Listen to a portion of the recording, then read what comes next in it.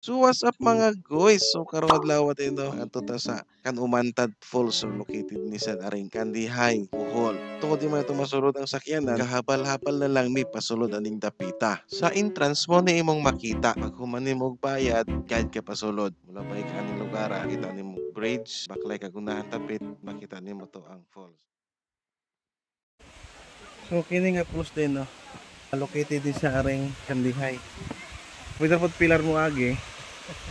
So kung sa pilar mo muagi mga guys na kuan siya muagi mo grab road kayo sa bida o yung kasada.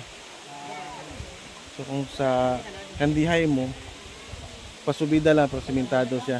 Pero ug going mo tagbilaran o gusto mo makadol-dool adto na lang mo sa kuan pilar kung okay na sakyanan. So naway nga habog siya. Gikan siya dito sa